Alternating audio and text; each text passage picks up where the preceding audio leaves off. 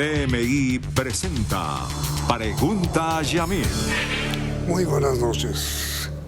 Más de 300.000 maestros entraron hoy en paro para protestar contra el proyecto de ley estatutaria de educación.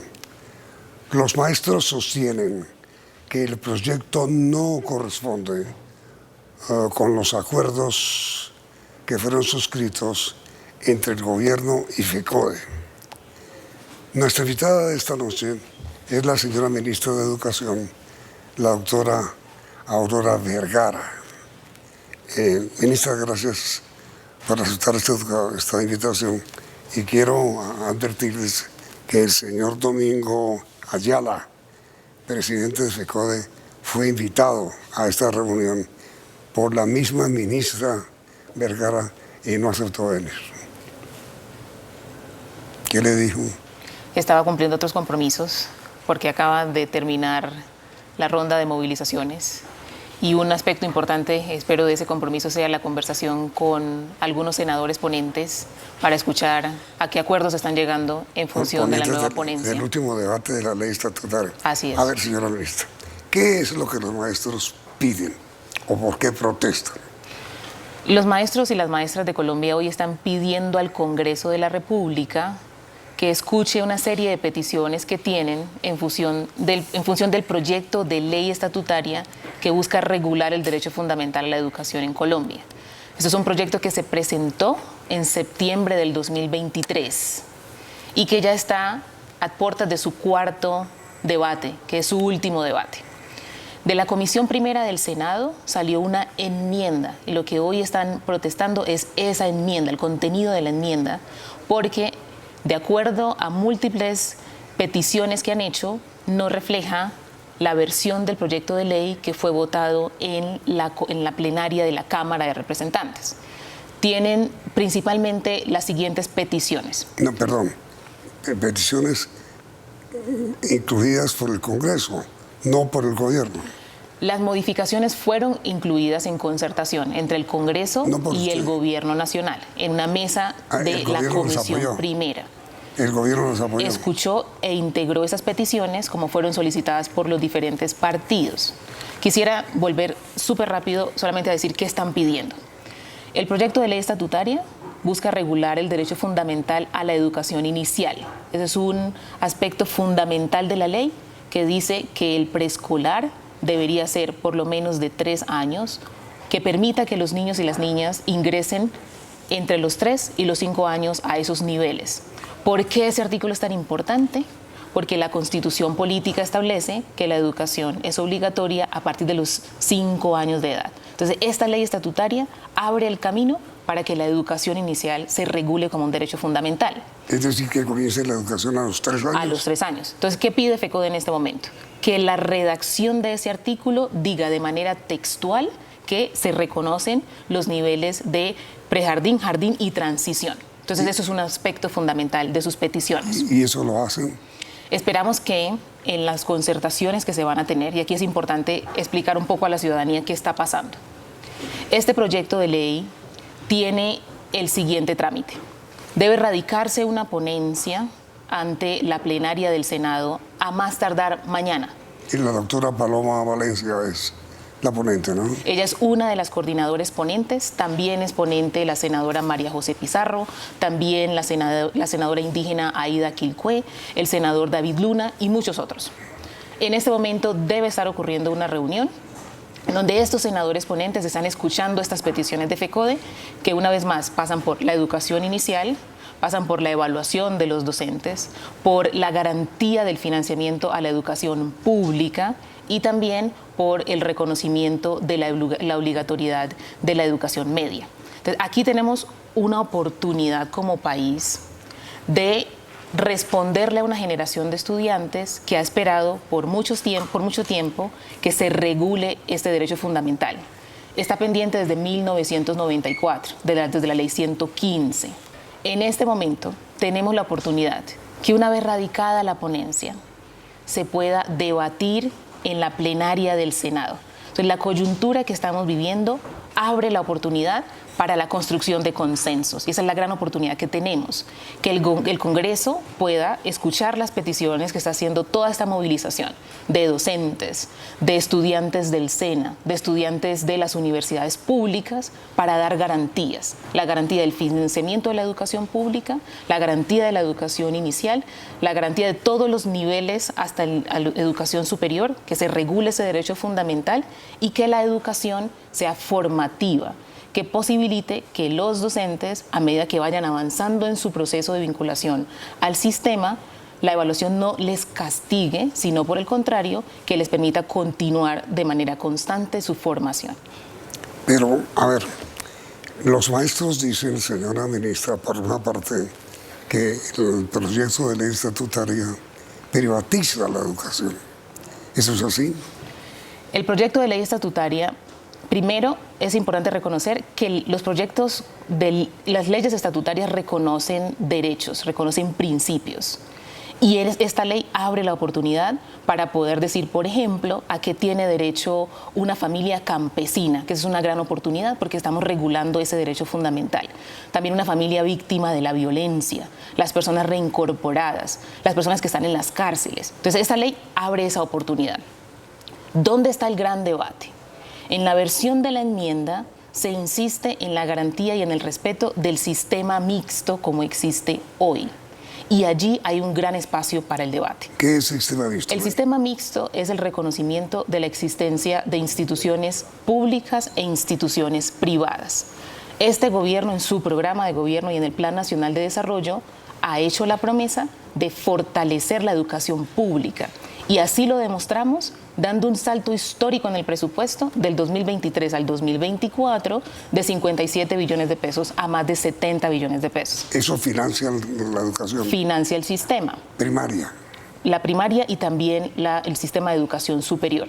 Con esos 70 billones de pesos estamos operando este año. Entonces, la oportunidad que tenemos hoy es de un inmenso consenso en todo el sector, que se siga fortaleciendo la educación pública en todos los niveles y una educación pública de calidad. El debate está abierto entonces para que entre entidades, movilizaciones, liderazgos sociales y el Congreso se lleve a la ponencia una versión del articulado que represente esas dos visiones que hoy están solicitando ser escuchadas. Pero a ver, señora ministra, uno de los temas que los maestros no aceptan es que haya una evaluación de su trabajo a través de el resultado del mismo con los niños. Creo que aquí hay una oportunidad para escuchar las posiciones de los diferentes sectores y construir un acuerdo. ¿Por qué razón? Los docentes lo que están diciendo es la evaluación no debería ser una evaluación punitiva, es el argumento que están planteando, sino que debería ser una evaluación que forme, una evaluación que permita continuar todas las instancias de evaluación que ellos y ellas ya tienen. Y es que la ley estatutaria, el proyecto, planea algún tipo de sanción o de acción punitiva. En la enmienda quedó integrado un parágrafo que establece que la evaluación se convierte en un criterio y ahí tenemos un espacio de construcción de consensos. Porque la propuesta que está haciendo el magisterio colombiano es que la evaluación posibilite reconocer una serie de factores que impactan el resultado de un estudiante. Entonces, el parágrafo que quedó en la enmienda, en ese proceso de concertación en la comisión primera, ¿qué dice hoy? Que el resultado de las pruebas estandarizadas, las pruebas Saber 11 o, por ejemplo, las pruebas Saber Pro en el caso de las instituciones de educación superior, que esos resultados deberían ser un criterio para evaluar a los docentes. Ese es el parágrafo que está en la enmienda hoy. La propuesta que está haciendo el magisterio colombiano es, en la redacción del articulado, es casi similar hasta llegar al parágrafo, donde dicen, quisiera o proponemos que la evaluación no se convierta en un castigo, sino por el contrario, que posibilite la formación constante de los docentes. Entonces, aquí quisiera plantear, Yamit, y a toda la ciudadanía, lo que tenemos es una inmensa oportunidad de el Congreso y el Magisterio colombiano construir conjuntamente la manera en que deberían ser formados, evaluados, ascendidos y reubicados los docentes en el sistema de educación. En este momento, la deliberación que surge entre Domingo Ayala, que por esa razón no pudo estar acá, para que pueda atender esa conversación con los senadores, es que puedan establecer cuál es la mejor redacción posible de ese artículo de cara a la radicación de la ponencia y que lo que se lleve a votar a la plenaria del Senado sea coherente con las peticiones que está haciendo el Magisterio colombiano. A ver, señora ministra, dicho de otra manera, lo que los maestros no aceptan es que el mal resultado de las pruebas, a saber, de los niños, mal resultado, no se les adjudica a ellos. En efecto, es lo que están proponiendo. ¿Y qué factores adicionales están incluyendo ellos como aspectos para la evaluación? Dicen, deben tener en cuenta la infraestructura educativa y por eso el gobierno nacional hoy está haciendo una inversión histórica en infraestructura educativa. En 21 meses de gobierno entregamos 600 escuelas mejoradas por la misma razón, para que puedan tener mejores condiciones de enseñanza. Entonces están diciendo, consideren la infraestructura, consideren, por ejemplo, la conectividad o también pueden considerar otros aspectos que hoy llamamos en el gobierno nacional formación integral. Ya estamos como gobierno avanzando en correctivos para esta situación. El gobierno para el presupuesto del 2024 incluyó una partida que sumada da más de 1 billón de pesos, distribuida en los ministerios de Educación, Cultura, Deporte, Tecnologías y el Ministerio de Ciencias. Eso permite que la formación integral vaya tomando forma en el país, en las diferentes escuelas. Entonces los maestros están diciendo, hay que también tener en cuenta que esos factores computan en el resultado de un estudiante. También están planteando el factor de las familias, que hay que reconocer el entorno familiar en el cual un estudiante aprende. También están integrando o están solicitando que reconozcamos factores de salud mental, que también estamos como gobierno nacional trabajando. Entonces aquí tenemos, Yamid, y toda la ciudadanía que nos ve y nos escucha, la oportunidad de construir un gran acuerdo nacional en función de a qué tiene derecho una persona en educación cuando nace o habita el territorio colombiano, cómo se ve la educación de calidad, cómo se mide y se evalúa la educación de calidad y cómo se dignifica la labor de los docentes. Es decir, señora ministra, lo que en general, pues para no generalizar, los maestros no aceptan es que ellos no tengan suficiente formación educativa para trasladar su sabiduría a los niños. Están diciendo básicamente la evaluación sí, pero no así. Y están planteando que, como lo estamos haciendo en el programa Poder Pedagógico Popular, tengan más oportunidades de formarse. En este momento estamos abriendo oportunidades para 25.000 maestros para que se formen en licenciaturas, maestrías y doctorados. Por favor, ¿qué es lo que quiere decir así, pero no así? ¿Qué quiere decir, señora ministra, usted con su afirmación que los maestros dicen que están de acuerdo con el cambio, pero no así, así, pero no así? Lo que estamos escuchando de las peticiones del Magisterio colombiano es que esperan que la evaluación docente forme de manera constante. Es decir, que además de todas las evaluaciones que tienen de ingreso a sus plazas docentes, de desempeño docente, que la evaluación que refleja el resultado en las pruebas estandarizadas, en la prueba Saber tercero, quinto, séptimo, noveno y 11, también les permita de manera constante seguir formándose, seguir actualizando sus conocimientos, de tal manera que lo que entregan a esta generación pues sea una educación de calidad. Pero usted no ve, señora ministra, que ante ciertas deficiencias que tiene el magisterio, que hay que decirlo así, no tienen su origen en la capacitación. Sí, hay unas deficiencias que hay que corregir y por eso lanzamos este programa Poder Pedagógico Popular. En este programa, que invitamos a todos los maestros que busquen oportunidades a presentarse, estamos ofreciendo la posibilidad que normalistas puedan formarse como licenciados y licenciadas, que quienes tienen una carrera puedan acceder a maestrías y quienes ya lograron el nivel de maestrías puedan formarse en doctorados. Esa es la consigna que el señor presidente ha establecido para la relación con el proceso constante de formación a los maestros y a las maestras. Esto tiene que ver con la dignificación de su labor, pero también con el reconocimiento al trabajo tan importante que hacen. Así que nuestra invitación como gobierno nacional es a que logremos consolidar los acuerdos correspondientes entre magisterio, gobierno nacional, el Congreso de la República y que se delibere sobre el futuro de la educación. Pero a ver, señora ministra, hay una cosa que no entendemos. ¿Por qué razón, si las conversaciones del magisterio con usted iban bien, por qué un artículo nuevo introducido por el Congreso, no por usted, rompió el acuerdo?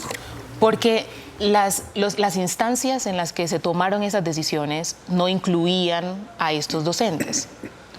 Esas fueron deliberaciones y acuerdos que se establecieron en el marco de la Comisión Primera y que se establecieron allí escuchando todas las partes involucradas. Los días... ¿Usted está de acuerdo con esas reformas? Aquí tengo que plantear lo siguiente. Cuando se construyen consensos, cuando se establecen acuerdos, como en el marco del acuerdo de paz, siempre hay que hacer concesiones y hay que escuchar las posiciones de diferentes actores. Voy a plantear dos ejemplos. En la deliberación en Comisión Primera se planteó, por ejemplo, que no se avanzara con el artículo sobre el derecho fundamental a las personas que están privadas de la libertad. Y como gobierno nacional insistimos en la importancia de garantizar que ese es un derecho que es el momento de regular en el país. Y de la misma manera avanzamos con todo el articulado. Permitir el ingreso de estas ediciones al documento en su formato de enmienda hace parte del proceso de deliberación que se sostuvo en esa comisión, respetando las posiciones de todas las partes involucradas. Ahora, al conocerse la enmienda, genera esta situación de petición de ser escuchados por parte de los estudiantes, principalmente del SENA. Y voy a plantear por qué el SENA es tan importante aquí. Porque el SENA pertenece a dos sectores, al Ministerio de Trabajo y al Ministerio de Educación. Aporta a esos dos sectores. Y lo que ellos quieren en este momento son garantías que la manera en que están siendo formados se les respeta la autonomía. Y para el gobierno nacional eso es un acuerdo importante. Y creo que allí podemos lograr esos consensos. Entonces, básicamente, estamos en un momento en el que el documento que se va a presentar puede reflejar esas visiones, puede garantizar el financiamiento de la educación pública, como el gobierno lo ha dicho en sus diferentes documentos, el programa y el Plan Nacional de Desarrollo, garantizar que los niños y las niñas en educación inicial cuentan con una educación de calidad, que los jóvenes en los entornos rurales cuentan con una educación media obligatoria de manera expresa, que les posibilite terminar con éxito la escuela y que en educación superior se pueda también garantizar el derecho fundamental a la educación superior. Pero, a ver, señora ministra, si FECODE era uno de los grandes soportes del gobierno del presidente Petro, ¿por qué terminaron ahora cambiando? FECODE sigue siendo un gran aliado del gobierno y lo va a hacer siempre. El hecho que se esté movilizando no quiere decir que dejen de ser aliados. ¿Por qué razón? Porque son un sindicato y deben siempre guardar independencia de cualquier gobierno. Entonces, lo que está pasando en este momento es que están manifestando en pleno derecho que hay un desacuerdo. Es decir, usted está un poco de acuerdo con el paro. Siempre debo respetar el paro. La ley, la Constitución, como ministra, me obliga a respetar y a garantizar todas las condiciones de movilización. Pero respetar el paro quiere decir que está de acuerdo con lo que piden los maestros. Bueno, aquí quisiera entonces plantear lo siguiente. Lo primero es que siempre hay que garantizar el respeto a la movilización. Yo soy socióloga, Yamit, de pregrado, de maestría y de doctorado. Y una de mis áreas de especialización es la sociología política. Es decir, que por muchos años estudié movimientos sociales. Y sé que en los movimientos sociales radican las grandes fuerzas de construcción de los cambios que la humanidad necesita. Por eso siempre voy a reconocerlos y voy a respetarlos. Y en esta coyuntura encuentro una gran oportunidad. Ayer me reuní con el ejecutivo de FECODE para escuchar su posición y saber muy bien cuáles son las peticiones que hacen, de tal manera que la gestión que yo haga ante mi propio gabinete y ante el Congreso de la República posibilite que se puedan escuchar sus peticiones, pero sobre todo garantizar que la educación de los niños y las niñas de este país y de los jóvenes es una educación como se requiere en este momento, de calidad y de pertinencia. Y entonces, señora ministra, ante semejante posición tan conciliadora como la suya, ¿cómo recibe usted la respuesta negativa que ha recibido por parte de FECODE? Siempre haré una gestión en función de la construcción de consensos. Este es un país que tiene una larga historia de conflictos y de confrontación. Y esa es una oportunidad para la reconciliación. El gobierno nacional está haciendo una apuesta por la paz y consideramos que la educación puede ser ese sector que le dé esas buenas noticias al país, que es el sector donde nos ponemos de acuerdo, donde logramos establecer consensos, porque estamos determinando el bienestar de una generación que va a recibir el impacto de una ley como esta en las próximas décadas. Pero, a ver, señora ministra, miren, una de las peticiones de los maestros es que no se influya en una evaluación al magisterio. Pero es que, ministra, la evaluación ya existe. Entonces, lo que están pidiendo es que no se vuelva una causal, por ejemplo, de despidos masivos, sino que la evaluación posibilite tomar correctivos de calidad en la escuela. ¿Y usted está de acuerdo con eso? Por supuesto que sí. Entonces, ¿qué pasó? El documento que integra este parágrafo es el producto de un consenso en la Comisión Primera, en la que se escuchó la posición de diversos senadores que establecieron que era la visión que querían integrar en ese documento. Todo documento que sale de una comisión a la otra debe cumplir con una regla muy básica, y es que si hay una constancia frente a un artículo, se debe integrar o se debe considerar o se debe estudiar cuando pasa a la siguiente Cámara. La oportunidad que tenemos aquí es poder escuchar esas dos visiones de la evaluación. Esta es una inmensa oportunidad, que el país pueda debatir cómo se evalúa a los docentes, en qué condiciones, cuál es el impacto de la evaluación. Y lo que ellos están trayendo a la discusión ahora es, quisiéramos que la educación formara y no que la evaluación castigara. Si logramos construir ese acuerdo en la ponencia que se radica mañana, lo que va a salir de allí entonces es un sistema de evaluación robusto, más coherente con el contexto en el que están aprendiendo estos estudiantes y permitirá demostrar que el magisterio y el Congreso pueden construir esos consensos. Es decir, señora ministra, que es posible que mañana acuerden todo. Ojalá que sí, esperamos que sí. Y esa va a ser la gestión que voy a hacer mientras esté cumpliendo siempre este acompañamiento a la ley estatutaria. Porque cumplimos nuestra palabra como Gobierno Nacional al presentar al Congreso una ley estatutaria, que ese fue un acuerdo con FECODE también. Ahora va a ser el resultado de todas las partes involucradas que esta ley estatutaria refleje la visión de la educación que el país más necesita hoy y esta coyuntura de movilización. La oportunidad que tienen los senadores y las senadoras de radicar una ponencia que integre todas esas voces, pues nos va a posibilitar que en efecto el proyecto de ley que se vote en la plenaria del Senado lleve a la educación de Colombia al futuro, que nos conecte con tendencias internacionales. A ver, ministra, con todo respeto, la pregunta final, si le molesta, le presento excusas. Me da la impresión de que usted está un poco de acuerdo con el paro.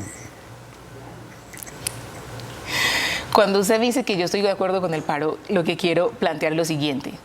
Yo trabajo con un grupo de docentes que son más de 300,000.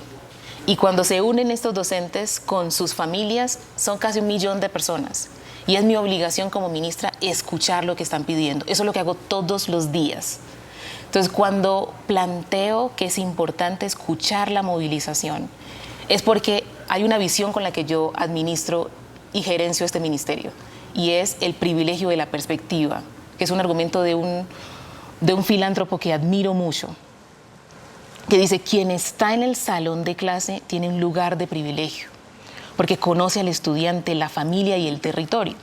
Entonces, escuchar esa movilización es escuchar a las personas que están en más de 44.000 sedes educativas, conociendo de primera mano los retos de la educación.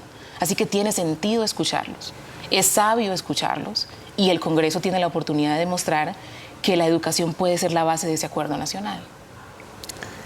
Ahora entiendo más, señora ministra, por qué usted es ministra de Educación. Muchas gracias por haber aceptado la invitación. A usted muchísimas gracias. Muy amable. Y a ustedes televidentes por la sintonía, muchas gracias y los invitamos a continuar aquí en Noticentro 1 CR.